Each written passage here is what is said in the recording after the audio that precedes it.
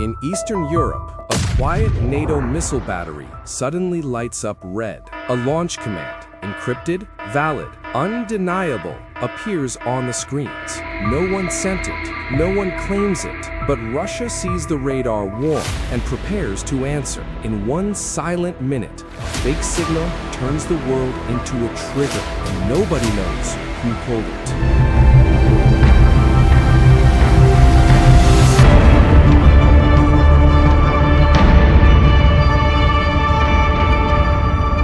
Night in Eastern Europe rarely carries drama, just cold wind sliding past antenna masts, faint lights blinking across silent fields, and screens humming under fluorescent ceilings. This part of the world runs on routine, checklists, rotations, silent nods between tired soldiers, and the unspoken belief that nothing unusual ever happens after midnight. Nights blend into nights, hours blur. Danger feels theoretical, distant, almost ceremonial. But soldiers here grow up hearing one line in every winter drill, every night shift, every briefing whispered by instructors who've seen too much. If the system ever fires them a lie, the world won't get time to apologize for it. Tonight, inside a small NATO missile battery near the frontier, that line doesn't feel like doctrine anymore. It feels like a countdown. A console operator named Lewis stares at the green mapping grid, sipping cold coffee that's gone metallic from sitting too long. He's done this shift 100 times, maybe more. The routine feels carved into his bones. It's barely past 2 o'clock.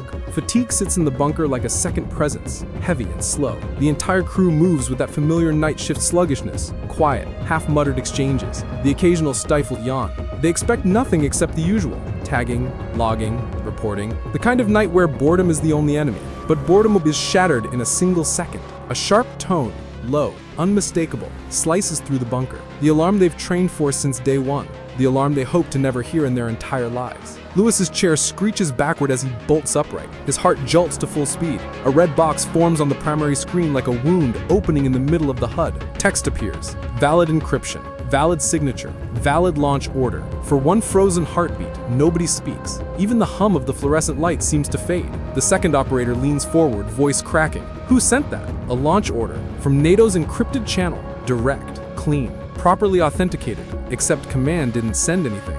And in that moment, every soldier remembers the quiet warning whispered during late-night drills. If the system ever believes a false signal, the world won't get a second chance to correct it. Now that warning sits in the center of the bunker, heavy, suffocating, painfully real. Within seconds, the battery's radar array begins to warm. Cooling fans roar to life. Lights shift from steady blue to pulsing red. The bunker vibrates softly as the system transitions from peace posture to war posture, automatically, emotionlessly, like a machine obeying ancient instincts buried deep in its wiring. Lewis slams the intercom. This is not manual input. The system thinks it's real. The captain bursts through the hatch, boots pounding against the steel floor. One glance at the screen drains the color from his face. Who sent this order? He demands. No answer. No explanation. Nothing but raw disbelief. Everything in the data screams authentic. Everything in reality screams impossible. The captain orders a verification request to NATO's Central Command. The bunker waits, breaths held, hearts racing. The radar continues warming, escalating, locking into firing posture because that is what it is designed to do when certain parameters match. No hesitation, no humanity. Lewis watches the temperature bar crawl upward. A few more ticks, and the launches outside will begin their mechanical alignment. Finally, Central Command responds. No order was issued. Abort. Repeat. Abort immediately. The bunker exhales in one massive collective breath, and then panic snaps back twice as hard because now a far worse truth hits them. If the radar is warming, if the tubes are aligning, someone outside this bunker is watching. Someone with satellites. Someone with early warning systems. Someone who will misread this as intent. Miles away, across the border, Russian early warning operators watch a spike bloom on their monitors. A NATO battery coming online at 0251. No exercise scheduled, no announcement, no routine explanation. Just activation. In Moscow, dusty Cold War protocols flicker awake. Phones start ringing. Lights snap on in dark corridors deep underground. The night is no longer routine. Inside the NATO bunker, chaos tightens its grip. The captain orders full manual override, a process specifically designed to stop drunk mistakes or negligent behavior, not to save the world from phantom signals. 3 operators must enter codes. One must turn a physical key. The system must accept the override. Lewis rushes back to his console. His fingers tremble. The override code is long, over 30 characters, randomized monthly, meant to be immune to human predictability. He mistypes twice. Every second counts. Every second strengthens the radar's outbound signature. Outside, the first hydraulic leg extends from one launcher, exhaling steam into the freezing air. The metal frame begins to lift, not fully, but enough for Russian satellites to detect a mechanical shift. The captain shouts, sharp and shaky, "Faster! They'll see this!" On the Russian side, alarms buzz inside an Iskander missile brigade's hardened shelter. A lieutenant hurries over to his colonel, reporting, "NATO battery is in pre-launch alignment, no notification, awaiting orders." The colonel doesn't blink. "Unlock platforms." He knows exactly what this means. Every officer does. This is the nightmare scenario military planners whisper about in quiet hallways. No shots fired, no hostile intention, just a signal read wrong, and the world slides toward war anyway. Back in the bunker, Lewis enters the final characters. Another operator turns the key. The override sequence begins. 20 seconds, 19, 18.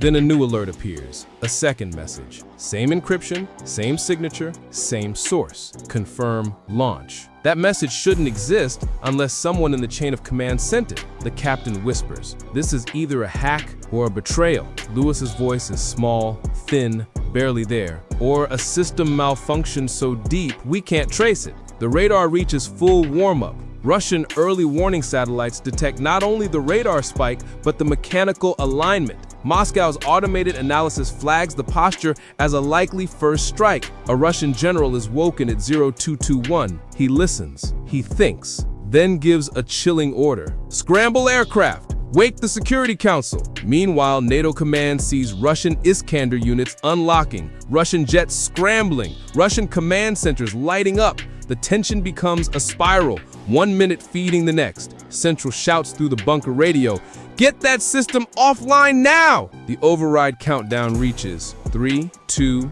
1. A brutal beep cuts through the bunker. Override denied. Lewis stares at the words. What? Why didn't it accept it? Because the second order, also verified, overrides the real humans controlling it. The machine believes the false chain of command more than the real humans controlling it. The captain's voice cracks. We're losing control. He isn't wrong. Russian missiles unlock. Russian jets lift into the sky. The air itself feels like it's vibrating with potential violence, all because of a phantom signal.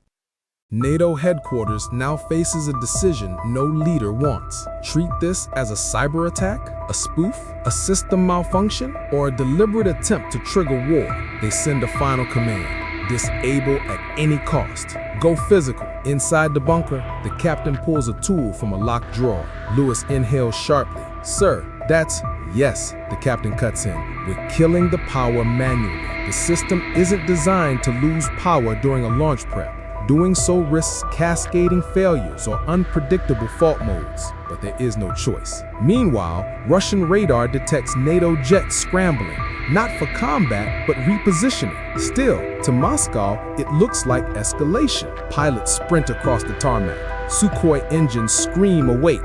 Inside the bunker, the captain rips open the main panel and yanks the emergency breaker. Lights flicker. Consoles dim. The radar's hum sputters, then dies. Outside, the hydraulic arms freeze mid-arc. Lewis holds his breath as the whole bunker goes quiet. But then, a backup terminal that should be dark suddenly flickers. A new message. Same signature. Same perfect encryption. Power restored. Complete launch cycle. Lewis steps back like he's staring at something alive. Sir, it's still inside, even with the main system dead. The captain whispers. That means the intrusion isn't on our unit. It's in the network spine. In Moscow, analysts debate whether the blackout is a technical failure or a last-second concealment before firing. One general interprets the freeze as a silo recalibration phase. The Russian president is briefed at 0239. He is told, NATO radar activated. NATO launches moved. NATO jets scrambled.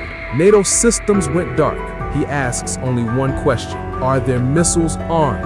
No one can answer. On the NATO side, Central Command sees Russian Iskander units fully warned. Russian aircraft airborne. Moscow's emergency council assembled. A general murmurs. We're seconds away. Central Command orders, kill internal power. Rip out auxiliary batteries. Now, inside the bunker, sparks fly as cables are torn from the sockets. The backup terminal flickers, but refuses to die. One final message appears.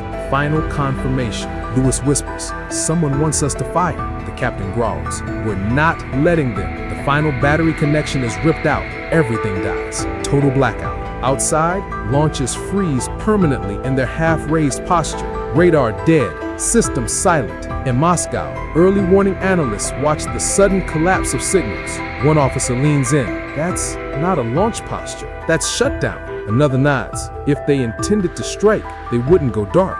For the first time in 20 minutes, the room is quiet.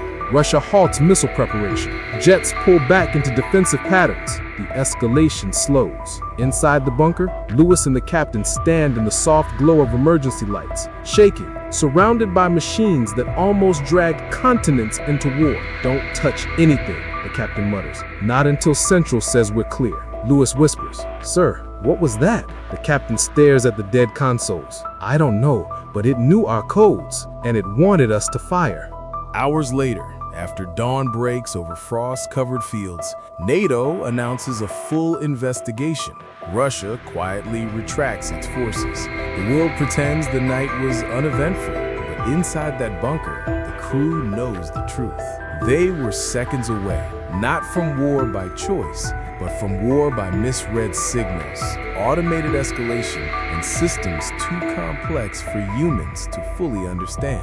And soldiers remember the doctrine whispered for years. Wars of the future won't start with armies, they'll start with errors. This scenario is fictional, but every component exists today. The radars, the authentication layers, the war room doctrines, the lightning-fast early warning architecture on both sides. If a single false signal can push two nuclear powers to the brink, then the question isn't if it could happen. The real question is, will anyone recognize the next rogue signal before it's too late?